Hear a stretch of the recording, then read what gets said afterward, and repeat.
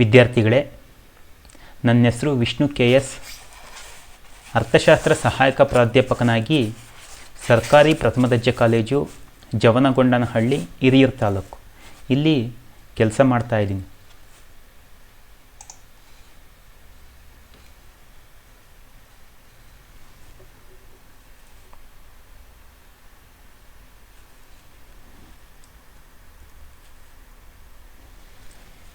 ಈ ಸೆಷನ್ನಲ್ಲಿ ದಾವಣಗೆರೆ ವಿಶ್ವವಿದ್ಯಾನಿಲಯದ 5th semester ಎಕನಾಮಿಕ್ಸ್ನಲ್ಲಿ 3ನೇ ಅಧ್ಯಾಯ ಲೀನಿಯರ್ ಪ್ರೋಗ್ರಾಮಿಂಗ್ ಈ ಚಾಪ್ಟರಲ್ಲಿ ಕಾಸ್ಟ್ ಮಿನಿಮೈಜೇಷನ್ ಈ ಕಾನ್ಸೆಪ್ಟ್ ಬಗ್ಗೆ ನೋಡೋಣ.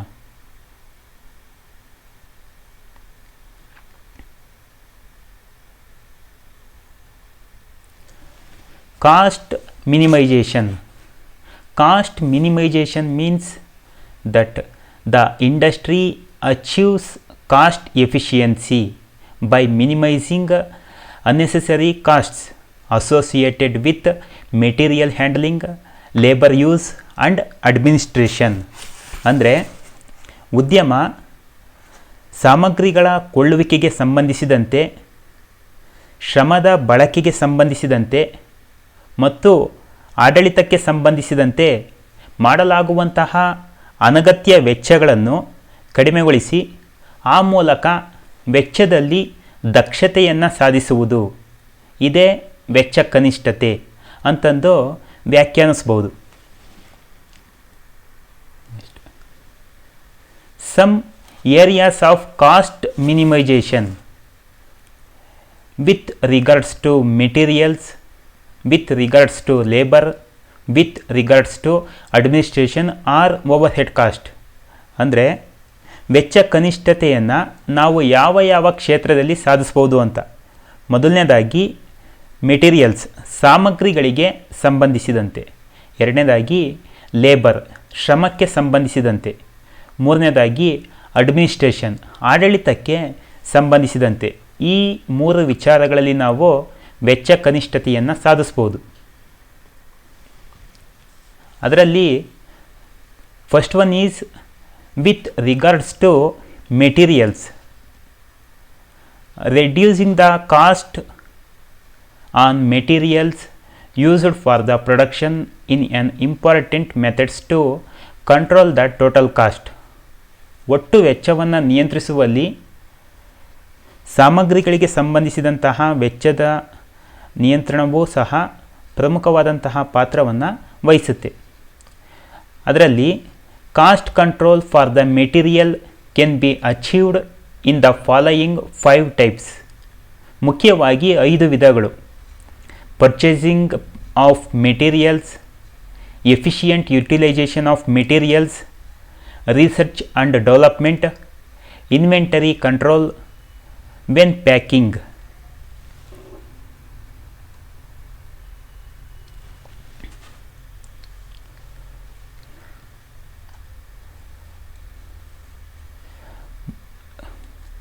ಸಾಮಗ್ರಿಗಳಿಗೆ ಸಂಬಂಧಿಸಿದಂತೆ ಮುಖ್ಯವಾಗಿ 5 ವಿಧಾನಗಳನ್ನು ಬಳಸಿ ನಾವು ವೆಚ್ಚವನ್ನು ಕಡಿಮೆ ಮಾಡೋದಕ್ಕೆ ಅವಕಾಶ ಇದೆ. 5 ಕ್ಷೇತ್ರಗಳಲ್ಲಿ ವೆಚ್ಚವನ್ನು ಕಡಿಮೆ ಮಾಡೋದಕ್ಕೆ ಅವಕಾಶ ಇದೆ.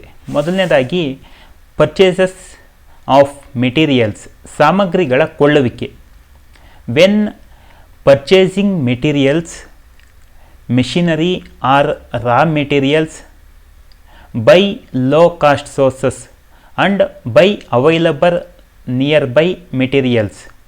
This will helps to reduce transportation cost.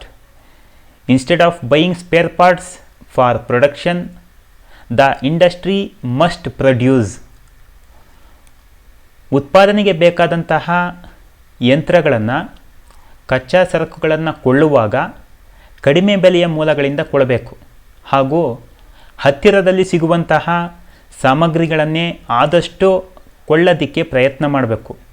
ಇದರಿಂದಾಗಿ ಅನಗತ್ಯ ಸಾರಿಗೆ ವೆಚ್ಚವನ್ನು ಕಡಿಮೆ ಮಾಡೋದಕ್ಕೆ ಸಾಧ್ಯ ಆಗುತ್ತೆ. ಅಲ್ಲದೆ ಉತ್ಪಾದನೆಗೆ ಬೇಕಾದಂತಹ ಕೆಲವೊಂದು ಸ್ಪೇರ್ ಪಾರ್ಟ್ಸ್ಗಳು ಅಂದರೆ ಬಿಡಿ ಭಾಗಗಳು ಇವನ್ನು ಹೊರಗಡೆಗಿಂದ ಕೊಳ್ಳುವುದಕ್ಕೆ ಬದಲಾಗಿ ಉದ್ಯಮ ತಾನೇ ಉತ್ಪಾದಿಸುವುದು ಉತ್ತಮ ಅಂತಂದು ಹೇಳಬಹುದು. Second one is efficient utilisation of materials, ಸಾಮಗ್ರಿಗಳ ದಕ್ಷ ಬಳಕೆ.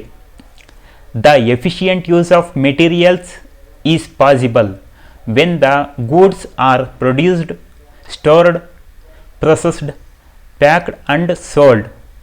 This avoids the loss of materials. ಸರಕುಗಳನ್ನು ಉತ್ಪಾದನೆ ಮಾಡಬೇಕಾದ್ರೆ, ಶೇಖರಣೆ ಮಾಡಬೇಕಾದ್ರೆ, ಸಂಸ್ಕರಣೆ, ಪ್ಯಾಕಿಂಗ್ ಅಥವಾ ಮಾರಾಟ ಮಾಡುವಂತಹ ಸಂದರ್ಭದಲ್ಲಿ ಸಾಮಗ್ರಿಗಳನ್ನು ವ್ಯರ್ಥವಾಗದಂತೆ ನಾವು ದಕ್ಷವಾಗಿ ಅವನ್ನು ಉತ್ಪಾದನೆಯಲ್ಲಿ ಬಳಸ್ಕೊಳ್ಬೇಕಾಗುತ್ತೆ. ಇದೇ ಸಾಮಗ್ರಿಗಳ ದಕ್ಷ ಬಳಕೆ.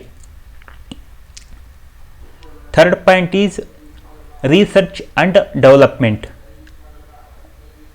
Through continuous research and development it is possible to produce a higher product using less raw materials, and the research are more and more machines reduce unnecessary cost of labor. This will helps to reduce the production of cost. ಸಂಶೋಧನೆ ಮತ್ತು ಅಭಿವೃದ್ಧಿ. ನಿರಂತರವಾದಂತಹ ಸಂಶೋಧನೆ ಮತ್ತು ಅಭಿವೃದ್ಧಿಯಿಂದಾಗಿ ಕಡಿಮೆ ಕಚ್ಚಾ ಸಾಮಗ್ರಿಗಳನ್ನು ಬಳಸಿಕೊಂಡು ಹೆಚ್ಚು ಹೆಚ್ಚು ಉತ್ಪನ್ನವನ್ನು ಉತ್ಪಾದಿಸುವುದಕ್ಕೆ ಸಾಧ್ಯ ಆಗುತ್ತೆ. ಅಲ್ಲದೆ ಹೆಚ್ಚು ಹೆಚ್ಚು ಗುಣಮಟ್ಟದ ಉತ್ಪನ್ನವನ್ನು ಸಹ ಉತ್ಪಾದಿಸ್ಬೋದು. ಅಲ್ಲದೆ ಯಂತ್ರೋಪಕರಣಗಳನ್ನು ಸಂಶೋಧನೆ ಮಾಡೋದ್ರಿಂದಾಗಿ ಶ್ರಮದ ಅನಗತ್ಯ ವೆಚ್ಚವನ್ನು ಕಡಿಮೆ ಮಾಡಬಹುದು. ಇದರಿಂದಾಗಿ ಉತ್ಪಾದನಾ ವೆಚ್ಚವನ್ನು ಕಡಿಮೆ ಮಾಡೋದಕ್ಕೆ ಸಾಧ್ಯ ಆಗುತ್ತೆ ಅಂತಂದು. Fourth point is inventory control, ದಾಸ್ತಾನು ನಿಯಂತ್ರಣ.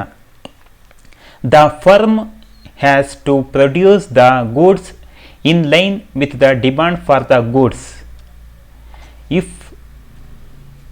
If goods are produced in excess of demand, the cost of inventory, interest on capital, insurance cost, goods spoilage and quality losses increases. Thus, it is possible for the producer to reduce the cost of unnecessary inventory by producing the goods according to the demand for the goods. ಉದ್ಯಮ ಸರಕನ್ನು ಉತ್ಪಾದಿಸಬೇಕಾದ್ರೆ ಬೇಡಿಕೆ ಅಂಶವನ್ನು ಸಹ ನೋಡಬೇಕಾಗುತ್ತೆ. ಅಂದರೆ ಎಷ್ಟು ಬೇಡಿಕೆ ಇದೆಯೋ ಅದಕ್ಕೆ ಅನುಗುಣವಾಗಿ ಸರಕನ್ನು ಉತ್ಪಾದಿಸಿ ಮಾರಾಟ ಮಾಡಬೇಕು.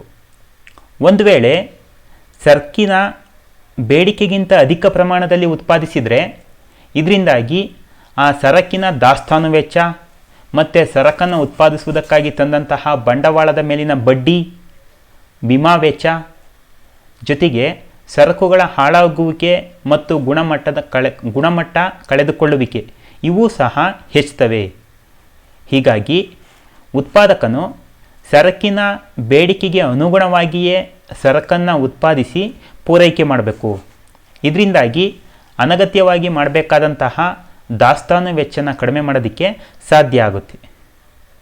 Last point is packing. The goods produced should be packed using as little materials as possible and at a lower cost. And when shipping and inventory, the goods needs to be packed in a safe manner. This will reduce the packing cost. ಉತ್ಪಾದಿಸಿದ ಸರಕನ್ನು ಸಾಧ್ಯವಾದಷ್ಟು ಕಡಿಮೆ ಸಾಮಗ್ರಿಗಳನ್ನು ಬಳಸಿಕೊಂಡು ಕಡಿಮೆ ವೆಚ್ಚದಲ್ಲಿ packing ಮಾಡಬೇಕಾಗುತ್ತೆ.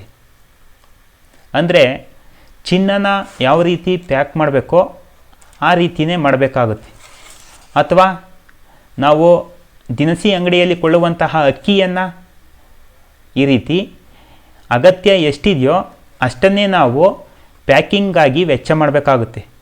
ಜೊತೆಗೆ ಸರಕನ್ನು ಸಾಗಾಟ ಮಾಡುವಂತಹ ಸಂದರ್ಭದಲ್ಲಿ ಮತ್ತು ದಾಸ್ತಾನು ಮಾಡುವಾಗ ಸರಕು ಹಾಳಾಗದ ರೀತಿಯಲ್ಲಿ ಪ್ಯಾಕಿಂಗ್ ಮಾಡಿರಬೇಕಾಗುತ್ತೆ. ಈ ಮೂಲಕ ಪ್ಯಾಕಿಂಗ್ ವೆಚ್ಚವನ್ನು ಕಡಿಮೆಗೊಳಿಸೋದಕ್ಕೆ ಅವಕಾಶ ಆಗುತ್ತೆ.